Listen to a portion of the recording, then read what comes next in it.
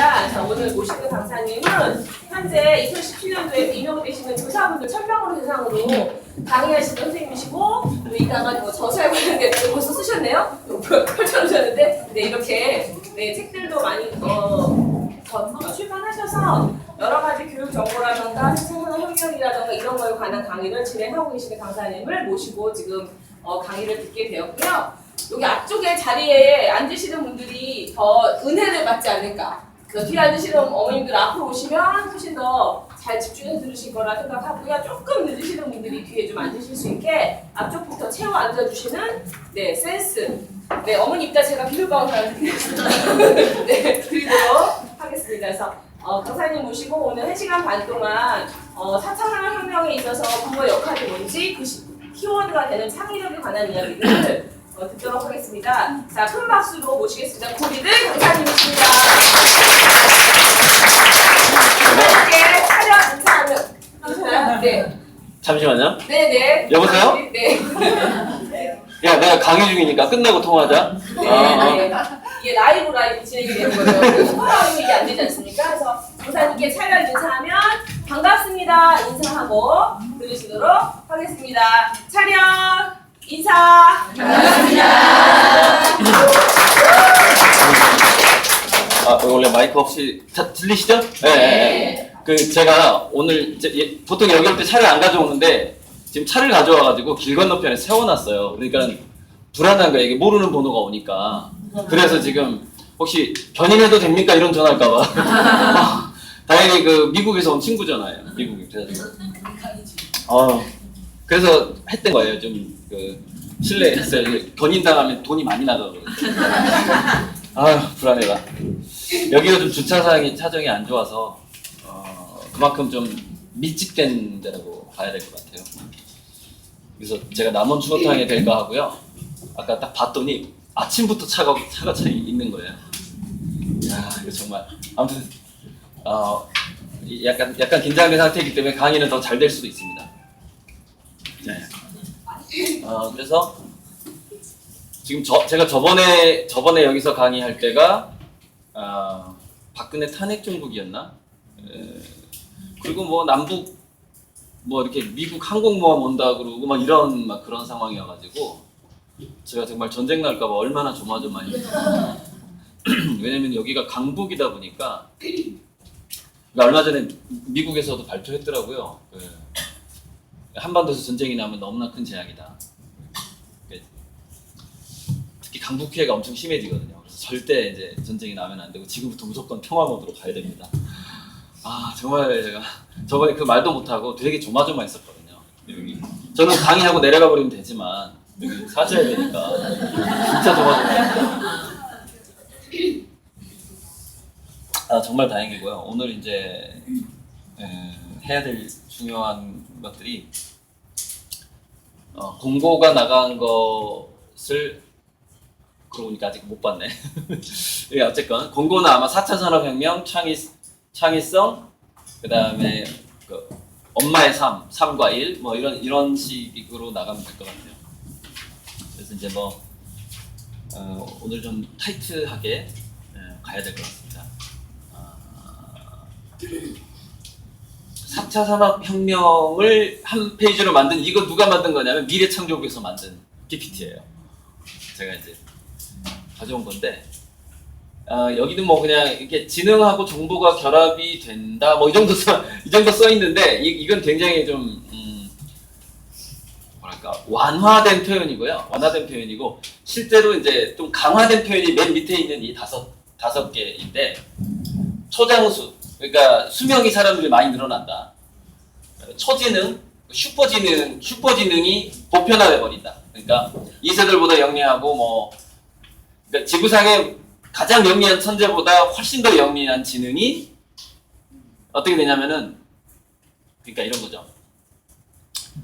명문대를 나온 아주 영리한 사람을 직원으로 뽑아서 쓰려면 지금까지는 1년에 1억에서 5억이 들었거든요. 그런데 그 명문대를 나오고 아주 머리가 좋은 사람보다 훨씬 더 한 200배, 1000배 이상 영리한 인공지능을 내가 임대해서 쓰는 데는 1억에서 5억이 드는 게 아니라 아마 100만 원에서 500만 원밖에 안 들 거예요. 회사에서. 그러니까 지금 일본에서는 로봇페퍼 손정희 씨가 로봇을 임대해주고 있거든요. 얘가 이제 서비스를 하고 인간의 감정을 읽는 로봇이라 그래가지고 TV에 한번 페퍼라고 여러 번 나온 적이 있어요. 그러니까 사람의 표정을 읽어요 로봇이. 그래서 이제 인공지능 해석을 해가지고 서비스 멘트가 다르게 나가는 거예요. 오늘 무슨 화나는 일 있으셨어요? 기분 좋은 일 있으셨어요? 표정에서 그걸 읽어버리는 거예요 로봇이.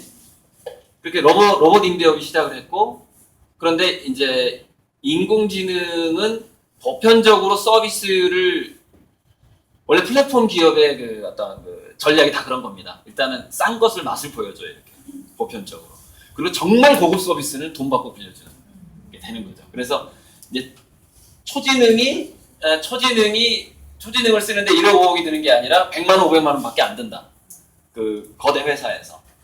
그러니까는 근데 그 초지능이 너무나 뛰어나기 때문에, 그러니까 그 뛰어난다는 게 이거 빅데이터를 해석하는 능력이 너무 뛰어난 거예요. 통계를 내고 이 지구가 어떻게 돌아가고 어느 지역은 어떤 소비가 더 많이 일어나고 뭐 이런 것들. 그런 것들을 해석하는 능력이 너무나 뛰어나기 때문에 그 인공지능을 임대해서 쓰지 않으면 사업을 할 수가 없어요, 더 이상. 그러니까 돈을 구글이나 이런 데 줄 수밖에 없는 상황이 되는 거죠. 삼성도 줘야 되고 어디도 줘야 되고 다 줘야 되는 그런 상황이죠. 이게 이제 전 세계 경제가 이렇게 하나로 통합되어 가는 거예요. 그걸 플랫폼 경쟁이라고 부르고 플랫폼 전쟁이라고 하는 그런 거예요. 그게 이제 초연결이 되는 거예요. 초연결. 그다음에 초경쟁, 초국가. 국가의 경계가 의미가 없어지고 기업들이 국가보다 더 힘이 더 강한 이제 그런 상황이 계속 오고 있어요. 그래서 이제 페이스북 인구가 10억 명이라고 하는데, 그렇죠. 그렇게 뭐 중국만한 가상의 어떤 커뮤니티가 인터넷상에 있는 거죠. 그래서 그게 초국가예요. 근데 초경쟁은 이제 내가 누구랑 경쟁할지 모른다라는 그런 개념이거든요. 누구랑 경쟁할지 모르는 개념인데, 이 초경쟁은 이런 게 있습니다. 여러분, 관심 경제란 말이 있어요. 관심 경제. 그래서 사람들의 관심 경제라는 말하고 여기 웅진하고 좀 어울리는데요. 사람들의 관심을 끌어모으면 그 관심의 흐름으로 돈이 간다라는 그런 게 관심 경제예요. 그게 관심 경제인데, 그래서 관심을 끌면 소비가 일어나는데 관심을 못 끌면은 소비가 안 일어나는 거죠. 저도 오늘 여러분들 관심을 끌기 위해서 여기 왔는데, 그런데 사람들이 소비 여력이 줄어들고 있죠. 소비 여력이 줄어들고 있기 때문에 아껴 쓰는데, 그리고 엄마들도 예를 들어서 애들을 뭐 학원을 보내고 이렇게 교육비를 투자를 하잖아요. 근데 이게 소비 여력이 줄어드니까 선택을 되게 잘해야 되는 상황이 온 거예요. 선택을. 어떻게 이 돈을 써야지 더 미래를 대비하는 투자일까라는 그런 선택이 굉장히 중요해진 상황이 온 거죠. 그러다 보니까 예를 들어서 이렇게 되는 겁니다. 체험 활동을 하는 게 좋을까? 도서관에 가는 게 좋을까? 이렇게 고민이 되는 거예요. 항상 매번. 그래서 초경쟁이라는 거는 전 세계가 연결이 되면서 어떤 경쟁이 일어날지 모르는 것 때문에 오기도 하지만 지갑이 얇아지기 때문에 사람들이 관심을 이쪽으로 돌리게 되면 여기는 소비가 줄어드는 거예요. 이쪽으로 돌리게 되면 여기가 줄어들고 계속 그 가처분 소득이 줄어든다고 하잖아요. 네. 그런 게 이제 그 초경쟁의 개념에는 그런 것도 들어가게 됩니다. 그래서 이제 제가 여기 올 때마다 어머니들한테 그 이순재 씨 멘트로 묻지도 따지지도 말고 일단 일을 시작해봐라라고 제가 얘기를 많이 하는 편이에요. 그게 왜 그러냐면은 이 초경쟁에는 중요한 경쟁이 일자리 경쟁이란 말이에요. 그러니까 앞으로 이제 2025년부터 로봇 가격이 완전히 급격하게 떨어진다라고 예측이 되고 있어요. 그 로봇을 만들어서 보급하는. 그래서 2040년경까지 전 세계에서 휴머노이드 로봇이 걸어다니거나 인간에게 서비스하는 그 인구라고 좀 이상한데 아무튼 로봇 개수가 100억 개가 될 거예요. 100억. 그 지구상의 인구보다 인간의 인구보다 로봇의 인구가 더 많아지는 거죠. 그게 이제 로봇의 대량 보급화예요. 근데 그게 시작하는 연도를 2025년으로 보고 있어요. 여러 가지 뭐 제작비, 제작 시스템의 그 절감, 뭐 여러 가지 지금 비용이 많이 들기 때문에 그때부터 이제 로봇 가격이 저렴해지면서 지금은 로봇 임대업이지만 그때는 판매업이죠. 우리가 왜 정수기 왜 임대했어요? 처음에 너무 비쌌잖아요. 그래서 매달 얼마씩 주고서 하다가 정수기가 이제 싸졌네. 100만 원 미만으로 떨어졌어요. 그럼 사버리는 거예요. 가끔 서비스만. 로봇도 비슷하게 그렇게 돼가는 겁니다. 처음에는 임대하다가. 인공지능도 근데 인공지능은 조금 다른 부분이 있어요. 그건 무슨 얘기냐면 로봇은 몸이 있어야 되지만 인공지능은 지능을 빌려주기만 하면 되기 때문에 인공지능이 미국의 본부가 있는 상태에서 전 세계에 다 서비스가 가능해요. 빛의 속도로 5G. 그러니까 원격 제어 같은 것도 가능하고 그래서 그 인공지능 한 대가 전 세계에 있는 정말 뭐 몇십억 개의 로봇을 조정할 수도 있어요. 그 인공지능 성능이 좋으면. 인공지능과 로봇은 좀 차원이 몸이 있다 없다의 차이가 있는 거죠. 그래서 이제 이 얘기를 왜 하냐면은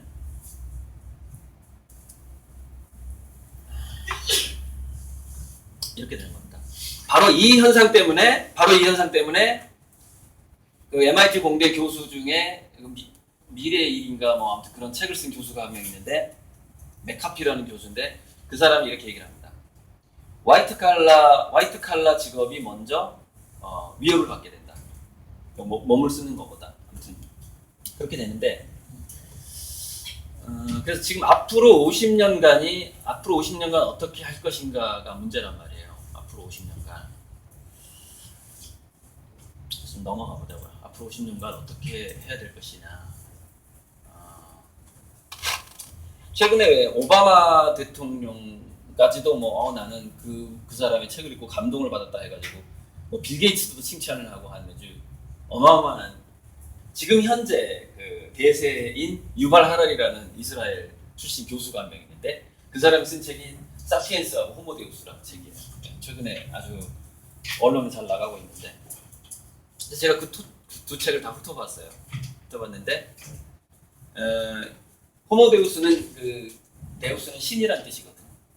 데우스는 신이란 뜻인데 인간이 이제 신처럼 바뀌어 나간다는 건데 그래서 이 사람이 미래 얘기를 하는데 너무 애매모호하게 얘기하고요.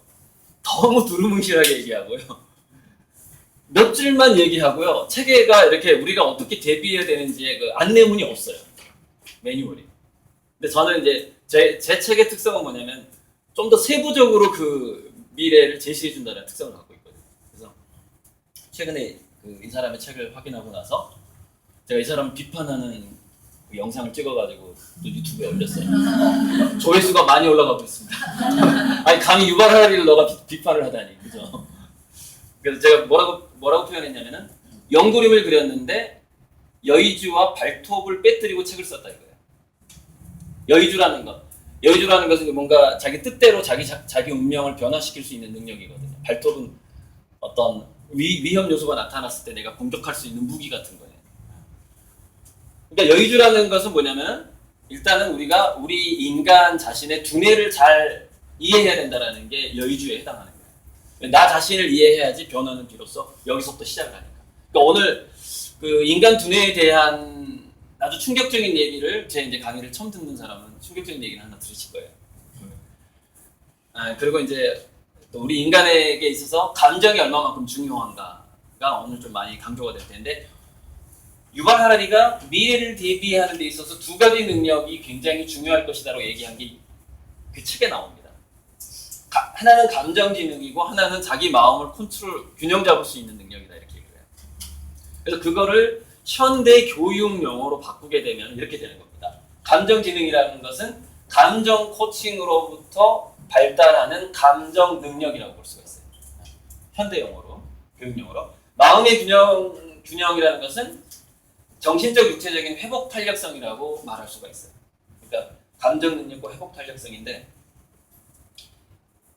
이 아이들에게 지식을 넣어주는 게 아니라 이 감정 능력과 회복 탄력성을 줘야 된다라는 문제가 여러분이 웅진에서 일을 해야 될 그 필요성과 딱 맞아 떨어지게 됩니다. 이제 강의가 진행되다 보면은 그게 왜 그러냐면은 자, 오늘 강의 흐름이 제 예상대로 되지 않는데 이게 강의가요 그렇습니다. 뭐냐면 자기 예상대로 자기 계획대로 흘러가지는 않아요. 왜냐면은 이게 청중이 누구냐에 따라서 조금 흐름이 바뀝니다. 그래서 오늘 미인들이 많아가지고 제가 약간 흐름이 좀 바뀌고 있어요. 흐름이 바뀌고 있는데 지금 이제 여기서부터 할까요? 아무튼 그러면 아니야 그냥 본론으로 사실은 제가 강의 끝날 무렵에 하려고 했던 이야기를 먼저 하고 넘어갈게요. 왜냐면 제가 앞으로 다시 돌아가는 방법을 아까 찾았거든요. 찾았기 때문에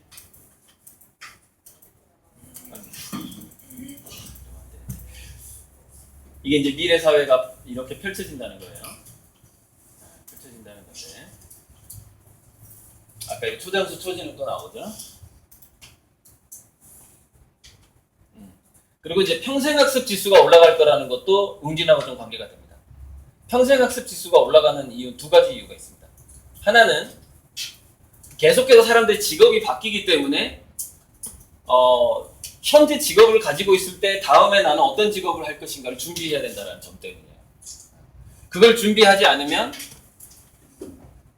자기가 일하던 데서 도태되거나 도태된 다음에 다른 직장으로 못 가요. 지금 있을 때 그 다음 직업을 늘 생각해야 되는 시대다 이거죠. 그러니까 GM인가 그 에디슨이 만들었던 회사가 원래 제조업으로 시작했는데 계속해서 인수합병하고 자기가 원래 가지고 있던 회사를 딴 데 팔아버리고 해가지고요. 지금은 완벽하게 ICT 기업으로 바뀌었대요. 자, 그럼 그 과정에서 어떤 일이 일어났을까요? 거기서 누가 승진했을까요? 제조업일 때, 그 기업이 제조업일 때도 인사관리도 할 수 있었고, 제조업일 때도 마케팅이라든가 영업도 할 수 있었고. 그런데 승진을 할 때는 원래 그 모체 기업에 있는 사람들을 데려가는 경향이 많잖아요. 근데 이제 제조업에서 ICT 기업으로 바뀌었어요. 그럼 누가 승진을 하죠? 제조업일 때, 그 회사가 제조업일 때 ICT 기업이 되리라고 예상은 못하지만 자기 그 회사가 우연히 거기에 대한 지식을 쌓고 있었던 거예요. 그 사람이 중역으로 승진하는 겁니다. 앞으로 삼성, 현대자동차, 우리나라 기업에도 이런 일들이 계속 일어날 거고요. 웅진에서도 일어날 가능성이 있습니다. 그러니까 웅진 북클럽, 북큐레이터가 지금 이대로만 일을 하는 것이냐 변할 수 있다는 거예요. 기업이 변하면서 마케팅도 변하고 북클럽도 더 진화할 수 있고 그죠? 홀로그램으로 나중에 또 진화할 거 아니에요. 그때까지 계속해서 승진해 가면서 돈 벌어가면서 있으려면 어떻게 해야 되냐면 지금부터 이 다음을 생각하고 공부를 해야 되기 때문에 그래서 평생학습이에요. 평생학습. 또 하나는 뭐냐면 그러니까 기업 환경이 바뀌기 때문에 평생학습을 해야 되고 또 하나는 백수가 많아져요. 직장을 잃는 사람들이 많아지기 때문에 여러분 공부라는 게요 이런 게 있습니다. 가장 적은 비용으로 가장 큰 행복을 맛볼 수 있는 게 공부예요. 책 읽는 거 이런 겁니다. 그래서 독서 습관이라는 게 아이들의 독서 습관이라는 게 지금은요 어떻게 바뀌었다고 봐야 되냐면 예전에는 출세의 수단이었거든요 독서가. 지금은 아까 유발 하라리가 강조했던 마음의 균형을 찾고 감정 능력을 갖기 위한 수단으로 바뀌었다고 봐야 돼요. 그래서 어렸을 때 독서를 하면서 거기에 자기가 감정이입을 하고 그 다른 사람들, 그다음에 그 동화책 같은 게 동물들의 이야기를 보면서 자기 스스로 감정적인 치유가 일어나고 감정적인 격변이 일어나고 하면서 자기 마음을 조절하는 능력을 갖게 되는데 어렸을 때 그 능력을 갖게 되는 게 저는 앞으로 진행되게 될 우리 인간의 정체성하고 그러니까 인공지능이 발달하고 실업률이 올라가게 되면서 실업률은 쭉 올라가거든요, 앞으로. 그래서 무슨 얘기냐면은 명문대를 나온 사람이나 안 나온 사람이나 실업자가 돼버리면 마찬가지잖아요. 마찬가지인데 그게 출세지향형으로 명문대를 나온 사람은 자살 충동이 일어나게 되어 있어요. 자기 자존감이 확 무너지는 걸 사회에서 계속 경험을 하게 되죠. 그런데 뭐 출세지향형이 아니라 출세지향형을 과학 결과 중심주의라고 하거든요. 결과를 바라보면서 가는 거. 과정 중심, 즉 책을 많이 읽어서 나는 면접을 잘 봐야지, 뭐 자소서를 잘 써야지 이런 게 아니라 그 책 자체에 순수하게 몰입해 본 경험으로 성장을 했다면 그걸 이제 과정 중심주의라고 하는 거거든요. 그럼 그 과정 자체가 행복하잖아요. 행복하기 때문에 결과적으로 자기가 그 교양 독서를 읽고 동화책을 읽고 책과 함께 이렇게 즐거웠던 경험이 나중에 돈이 되지 않고 자기 출세하고 연결되지 않는다 하더라도 다시 그 행복으로 돌아갈 수 있다는 것이죠. 바로 지금의 독서 교육은 인공지능 시대에 마음의 균형을 찾는 하나의 안전장치로 작용을 할 가능성이 더 많아졌어요. 좋은 대학을 가는 것으로서의 독서가 아닌 것이죠. 일단 그 점을 좀 짚고 넘어가고 싶고요.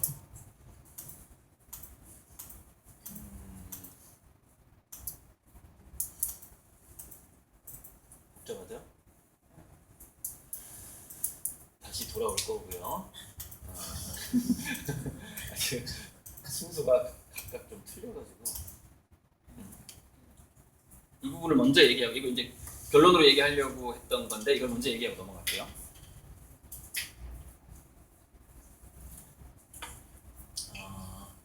그래서 과정 중심주의하고 결과 중심주의에 있어서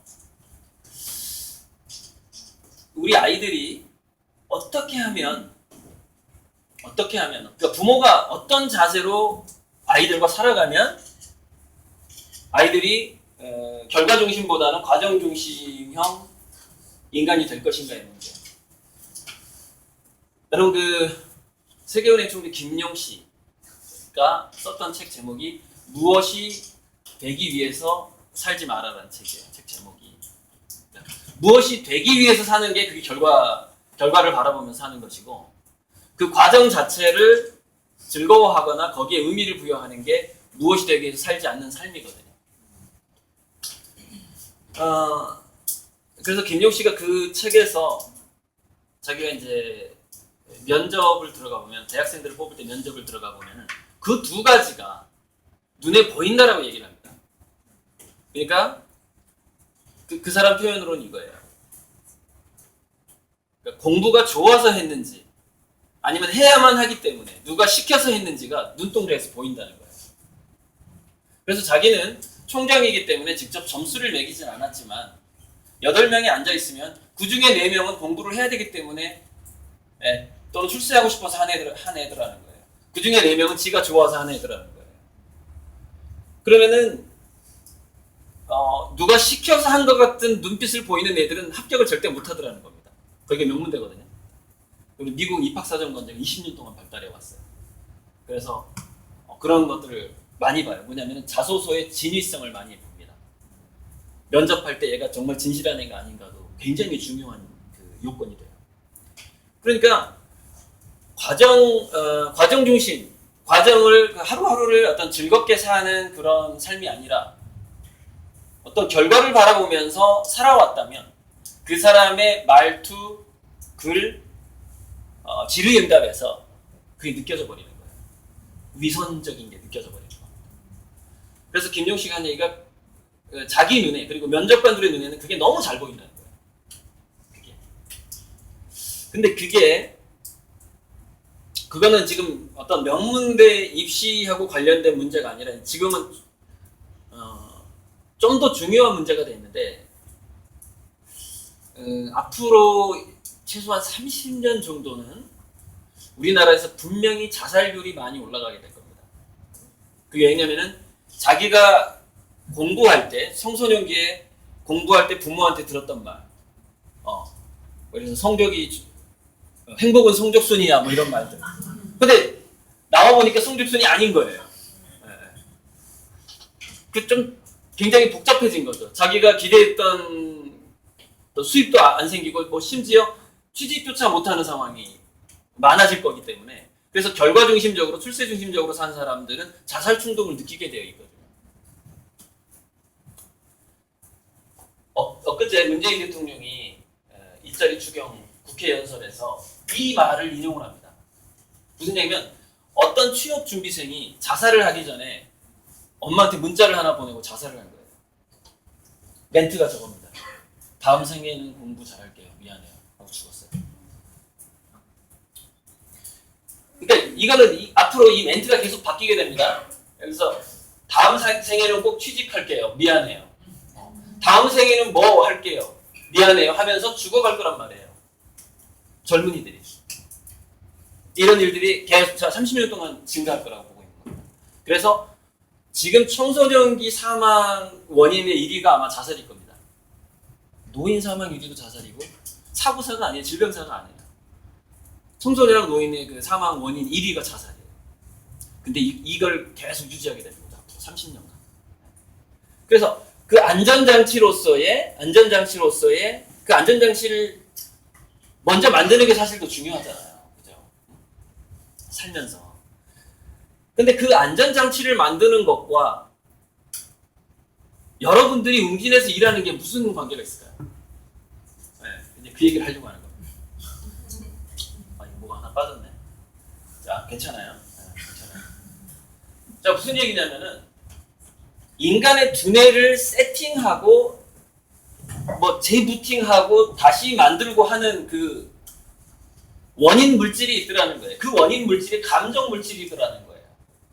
그러니까 인간은 매 순간 느끼는 감정에 의해서 자기 두뇌를 바꿔가더라는 겁니다. 그래서 부모보다 더 출세한 자식의 특성이 뭐냐면은 부모의 감정보다 좀 더 좋은 감정의 순환으로 살아갔기 때문이에요. 그러니까 부모가 느끼는 감정 그대로 그 아이가 살아가게 되면은 부모를 능가할 수가 없어요. 왜냐하면 그 타고난 DNA 그 뇌 구조를 자기가 바꿀 수가 없기 때문에. 그래서 감정 물질은 동시에 기억 물질이기도 해요. 기억을 강하게 하게끔 해주는 물질인데, 그런데 그 감정 물질은 종류가 여기 보면 제가 8가지를 써놨거든요. 자, 8가지의 감정을 써놨어요. 공포, 시기, 경쟁. 아까 그 가위바위보 할 때 느끼셨죠? 경쟁. 내가 저거 선물 타고 싶어. 시기, 경쟁, 불안, 미안. 그리고 중간에 약간 틈이 있고 감사, 사랑, 유희, 쾌락 이렇게 가는 거예요.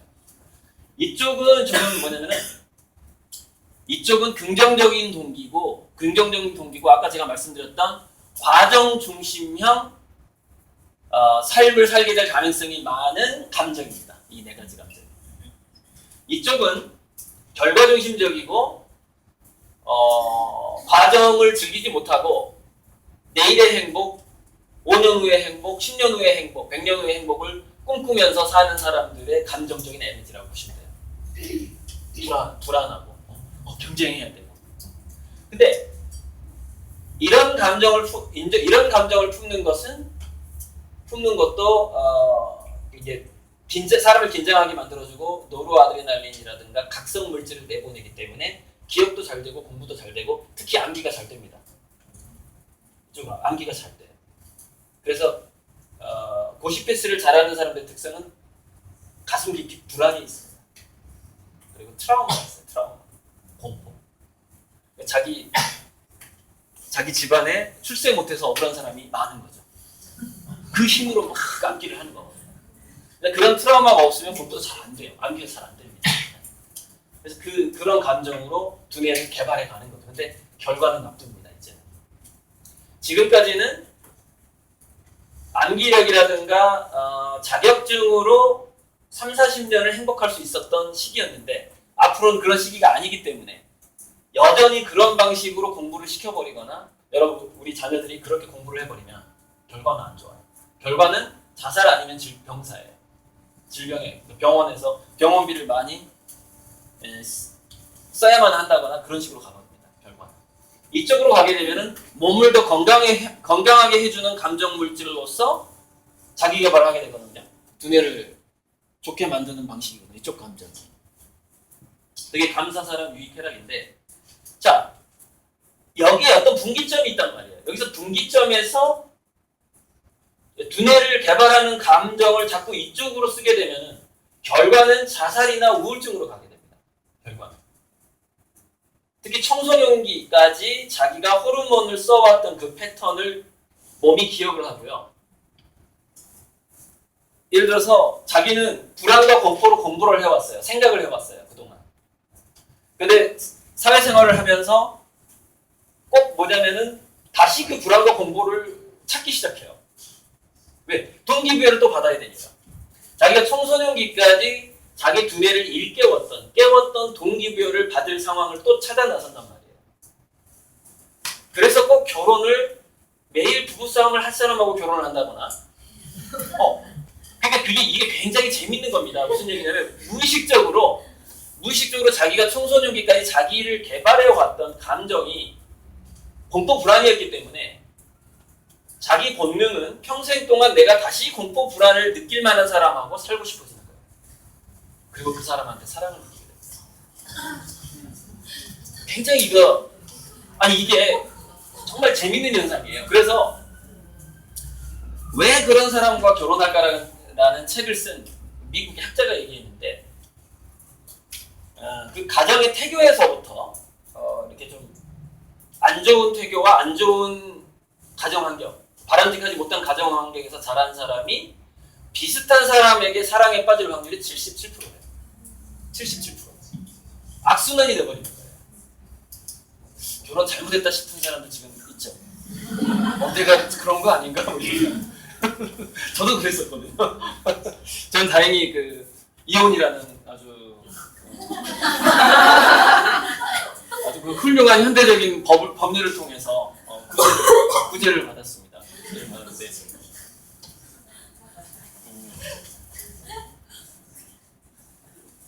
자, 이 중간 얘기를 해보자고. 여기는 그 어떤 증상이고요. 여기는 특성입니다. 개성이에요, 개성. 특성이나 개성이죠. 근데 여기는 자생적이고 자주적인 인간형으로 계속 변화해 나가는 겁니다. 그 아이들이 이 감정 속에서 뭔가 활동을 하게 되면. 그런데 자, 이제 이 가운데가 여기가 퀘스천 마크인데, 그러면 아이들이 어떻게 하면은 이쪽 증상 쪽으로 자기 에너지를 쓰면서 자라고 어떻게 하면 이쪽으로 자라느냐의 문제가, 핵심 키가요, 엄마의 간섭이에요. 핵심 키가 엄마의 간섭. 자, 엄마의 간섭이 왜 무섭냐면,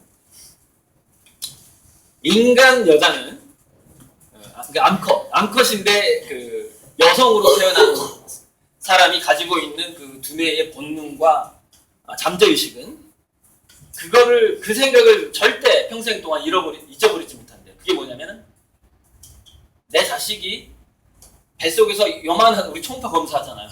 요만하던 게 이렇게 커가지고 이렇게 막 나왔을 때 자기 젖을 빨던 그 기억 있죠. 이거를 평생 동안 잊어버리지 못한다는 겁니다.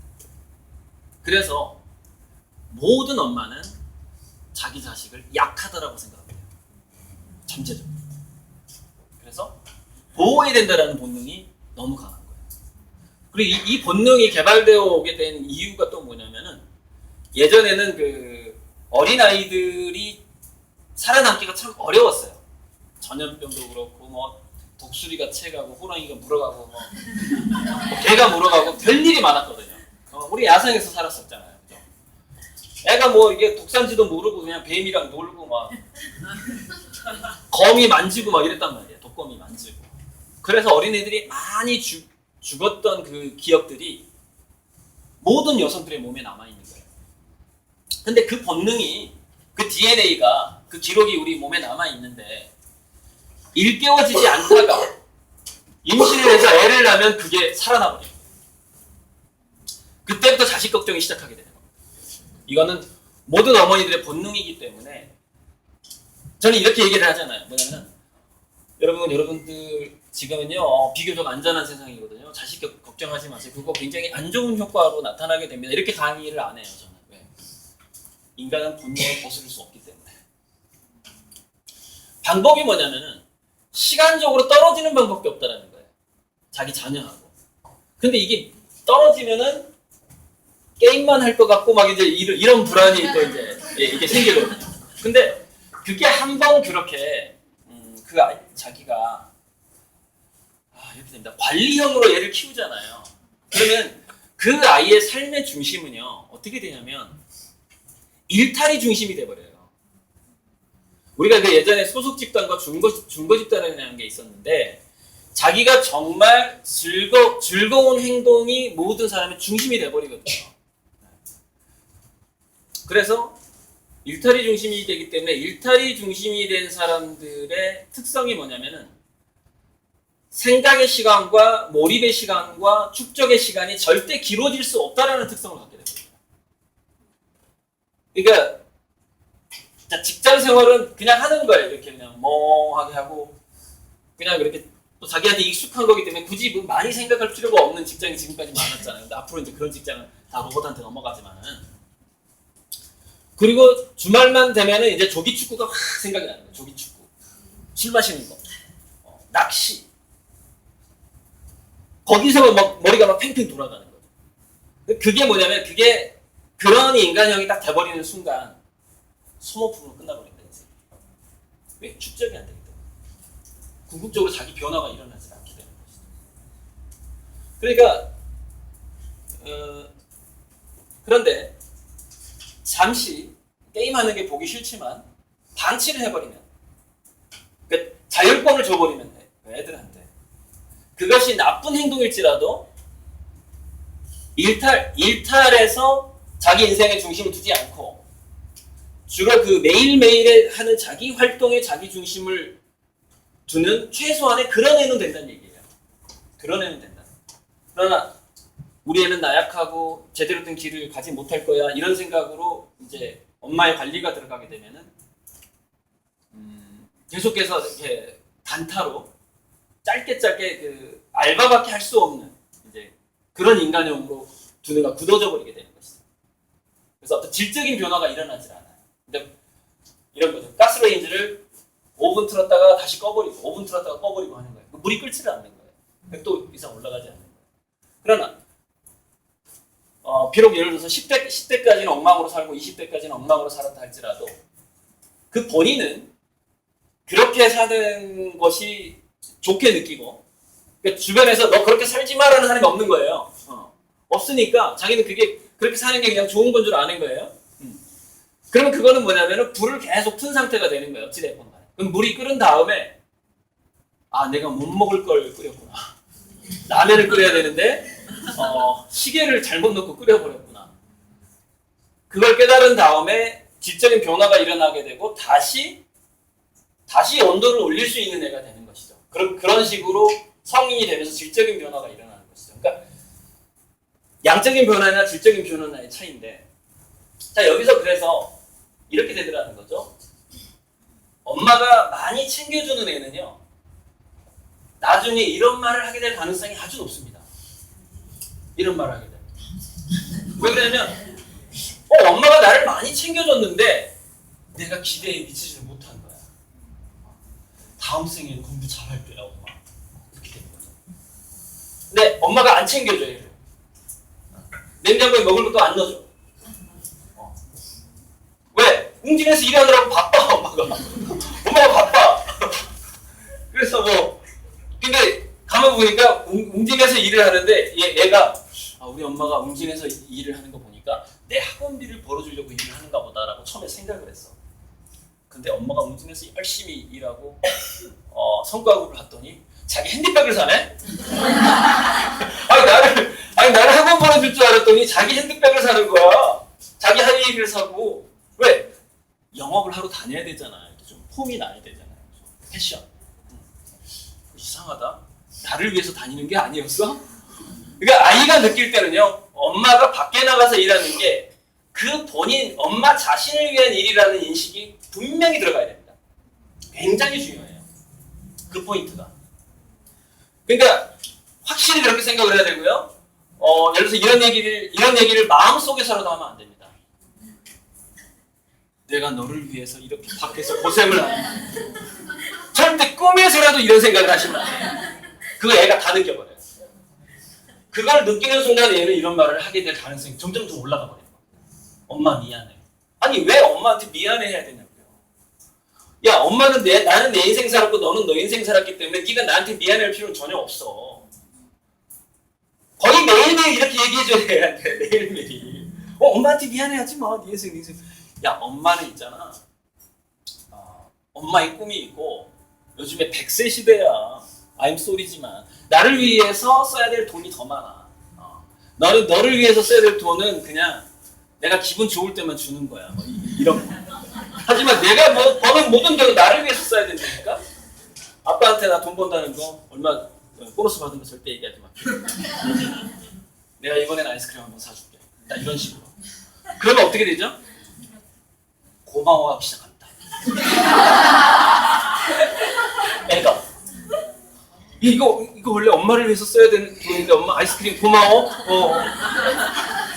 엄마가 컵라면 하나 더 사줄까? 집에 가서 너 밥 해먹기 좀 힘들잖아.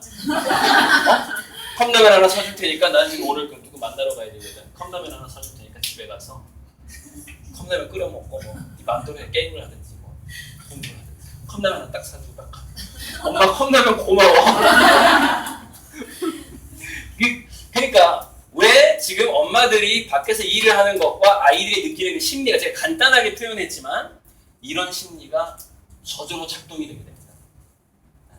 그런데 여기서 이게 연쇄 반응이 일어나는 거예요. 어떤 연쇄 반응이 일어나냐면 애들이 부모한테 미안해하기 시작하잖아요. 그럼 불안해져요. 불안해지면은 경쟁에서 이겨야 되겠다는 생각이 사로잡히게 됩니다. 그럼 경쟁에서 이겨야 되겠다는 생각이 사로잡히면은 못 이길 것 같은 공포심이 들어버려요. 그래서 열심히 공부할 수도 있어요. 그러나 미래지향적인 두뇌는 되지 못합니다. 악순환에 빠져버려요. 이 자살이나 우울증이나 우울증의 다음은 뭔지 아시죠? 암과 치매입니다. 암과 치매로 가버려요. 거기에 관한 도표도 있는데 오늘 아마 할 시간이 없을 거예요. 제 유튜브 다른 강의 찾아보시면 되고. 자 그런데 엄마가 열심히 돈을 벌고 핸드백을 사고 엄마의 패션을 이렇게 차리고 뭐 때로는 엄마가 콧수술도 좀 하고 돈 열심히 벌어서 근데 남는 돈을 가끔 나를 아이스크림을 사주고 엄마가 이번 달 쓸 만큼 썼는데 너 뭐 참고서 하나 좀 사볼래? 하면서 돈을 주고 공부는 자기가 하고 싶은 의지만 있으면 하는 거야. 이런 식으로 얘기하면서 엄마가 막 열심히 사는 거예요. 아빠는 뭐 이제 기본적으로 눈에 잘 안 띄니까 이제 어떻게 사는지 그 개념이 좀 안 생길 가능성이 많잖아요. 근데 엄마는 매일매일 눈에 띈단 말이에요. 매일매일 눈에 띄는데 매일매일 눈에 띄는 엄마가 보니까 엄마의 삶의 중심이 자기인 것 같은 거야. 얘가 우리 어떡하지? 잘 커야 될 텐데 어디 가야 될 텐데 막 자기인 것 같아. 계속 미안한 거야. 계속. 엄마가 밖에 나가도 미안해. 나갔을 때 사실 엄마가 기대하는 행동은 이건데 자기가 그 행동을 못하고 있거든. 미안해. 와도 미안해. 자꾸 죄책감이. 그래서 두뇌가 아이의 두뇌를 지배하는 호르몬 자체가 코르티솔하고 아드레날린이라는 불안과 공포 중심으로 그 두뇌가 아예 세팅이 되거든요. 어렸을 때. 그래서 이쪽은 뭐냐면은 예를 들어서 부모가 애를 전혀 관리를 안 해서 얘가 예를 들어서 뭐 아주 유능한 도둑질을 하는 그런 청소년이 됐다고 칩시다. 뭐 소년원까지 갔다고 칩시다. 그런데 걔는 아직 도덕적인 판단력이 15세 이전에는 잘 생기지 않기 때문에 15세 이전에 소년원에 가잖아요. 아주 뭐 도둑질에 대한 그 기술과 그 담을 넘는 대담한 가슴과 막 이런 것들을 키워온 거예요. 막 애가. 엄마가 좀 참 신경을 안 썼더니 엄마한테만 신경을 썼더니 근데 나중에 세월이 딱 흘러보니까 더 이상 범죄를 저지를 수 없는 세상이 딱 돼버렸네. CCTV부터 시작해가지고 범죄가 불가능한 세상이 딱 됐어요. 그 순간에 나 어떻게 살까? 그때 두뇌는 놀라운 작용을 하기 시작합니다. 즉 얘는 도둑질에 굉장히 몰입을 했었죠. 그 도둑질에 몰입을 했던 거 가지고 새로운 어떤 경비 시스템을 만든다거나 뭔가 그 다음에 이런 쪽으로 갈 수가 있습니다. 도둑 게임, 그러니까 도둑질 게임 시나리오를 만든다거나 이런 식으로 하게 되는데 생각해 보세요. 15살 이전에 도둑질만 한 4년 동안 했던 애가 더 잘 만들겠어요? 아니면은 그냥 모범생으로 성장해가지고 대학교 나와가지고 신문방송학과 나와가지고 걔가 그 게임을 더 잘 만들겠어요? 생각해 보세요. 도둑질을 4년 동안 했던 애가 더 잘 만들겠어요. 세상이 이렇게 바뀌어버리는 거예요. 이거를 뭐라고 부르냐면 이거를 덕후 경제라고 불러요. 미래 사회는 매니어나 덕후만이 자기 역할이 주어진다는 거예요. 왜 그러냐면 특이한 경험이 없으면, 특이한 자기만의 경험이 없으면 인공지능 로봇이 보편적인 경험은 빅데이터로 이미 다 배워버리고 그걸 서비스해줘버리는 거예요. 그러니까 자기 얘가 이 특성과 개성을 갖지 못하면 어차피 어떤 일자리를 가질 확률이 떨어지게 되고, 또 하나는 뭐냐면은 개성과 특성을 갖는다는 것은 두뇌 자체를 계속해서 이쪽으로 감사, 사랑, 유희, 쾌락으로 돌리는 거기 때문에 걔는 그러니까 도둑질에서 쾌락을 느꼈던 거죠. 이쪽으로 돌리기 때문에 두뇌 자체가 상황에 따라서 내가 이 다음에 뭐 할까라는 어떤 그 자생성, 아이디어가 생겨나는 그 성향이 아주 좋아져요. 그 다음에 자주성은 뭐냐면 의존하지 않는 성격을 갖게 돼요. 더 독립적이고 자기 스스로 혼자 뭐라도 해서 살아야겠다는 생각을 하게 되고, 내가 비록 뭐 공부를 잘했지만 지금 공부로 예를 들어서 써먹을 데가 없다 그러면은 노동이라도 한 몇 년 동안 할 수 있고 이런 애가 된다는 거죠. 그게 이제 자주성인 겁니다. 그게 이제 여기서 갈림길이 오는 것이고, 여기에 빠졌던 게 뭐냐면 위쪽이 원망이에요. 원망. 이 아래쪽이 반성입니다. 그러니까 인간은 어떤 특정 경험 때마다 이 두 가지를 동시에 하는 경우가 많아요. 원망하고 반성을 합니다. 원망하고 반성을 왜 두 가지를 동시에 하느냐? 꼭 자기 때문만에 자기가 실패한 건 아니거든요. 누가 소개를 한 거거든요. 누가 소개를 했거나 뭐 길을 제시해서 이거 주식 투자 오른다고 막 얘기를 해준 거예요. 그거 따라서 또 했어. 근데 얘가 그러나 나 다 미치는 말 한마디를 그때 딱 뒤에다 갖다 붙인 거야. 그러면 자기 책임이 50%가 돼버리잖아요. 그러니까 원망 반성 이렇게 되거든요. 근데 여기서 굉장히 중요한 게 뭐냐면 이 갈림길에서 그 에너지가 원망이냐 에너지가 시소처럼 원망이 크면은 반성이 약해지게 되고, 원망이 줄어들면은 자기 반성, 그죠? 자아 성찰력이 올라간다는 특성을 가지고 있습니다.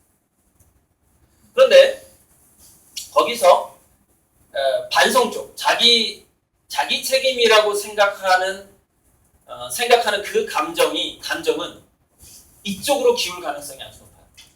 그 다음에 그래도 이만하길 다행이다 이렇게 되는 거예요. 근데 원망하는 감정은 이거 누구 때문이지?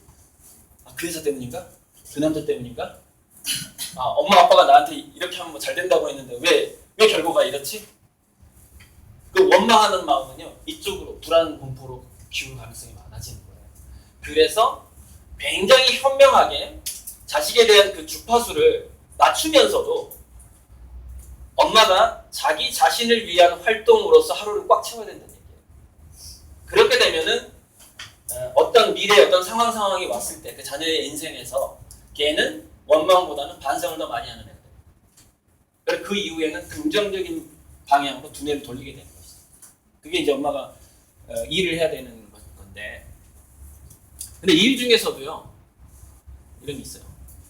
책과 관련된 일이 왜 좋으냐면은 단위 시간 대비 생각을 더 많이 하게 됩니다. 생각을 많이 하게 돼요. 책에 대해서도 이해를 해야 되고 또 사람도 만나야 되고 이렇게 되잖아요. 그러니까 엄마가 두뇌를 팽팽 돌리게 되는 거예요. 팽팽 돌리게 되는 거예요. 여기 정말 내가 일을 하려고 마음을 먹게 되면은, 물론 가게에서 옷 장사를 하는 것도 떡볶이를 볶아가지고 파는 것도 사실은 두뇌를 돌리긴 돌려야 돼요. 그렇죠? 한 번 떠서 줄까? 두 번 떠서 줄까? 뭐 이런 거. 돌려가는데 웅진 북클럽에서 일하는 거랑 비교를 해보세요. 그 두뇌가 돌아가는 그 상태를 한번 비교를 해보시라는 거예요. 그 변수. 새로운 소스, 새로운 자원이 두뇌에 들어와서 돌아가게 되잖아요. 아무래도 책을 접하기 때문에. 책은 그 한 사람의 인생이 들어갔다고 하는데. 근데 동화책은 여러분, 제가 제 장래 희망이 동화 작가거든요. 저는 화가이면서도 뭐 여러 가지 직업들이 있지만 지금도 계속해서 나는 어떤 동화를 쓸 것인가를 생각을 해요. 그래서 몇 가지 구상해 둔 게 있어요. 과학 동화라든지 구상해 둔 게 있긴 한데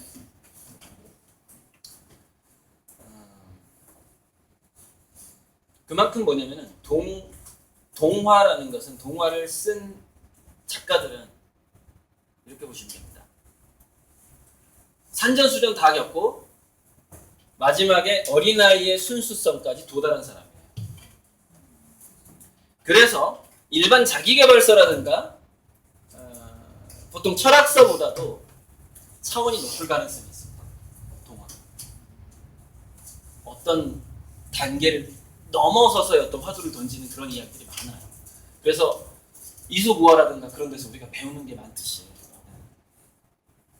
자, 그런 점에 있어서 우리가 다시 어린아이로 돌아갔다는 생각을 하면서 책을 연구해도 되고요. 아니면은 자기가 내일 모레 죽을 노인이 된 것처럼 자기 자신을 생각하고서 이 웅진에 있는 책들을 봐도 좋습니다. 어쨌건 그런 마음으로 머리를 좀 팽팽 돌려야 되는 이유를 1분 후에 다시 말씀드리겠습니다.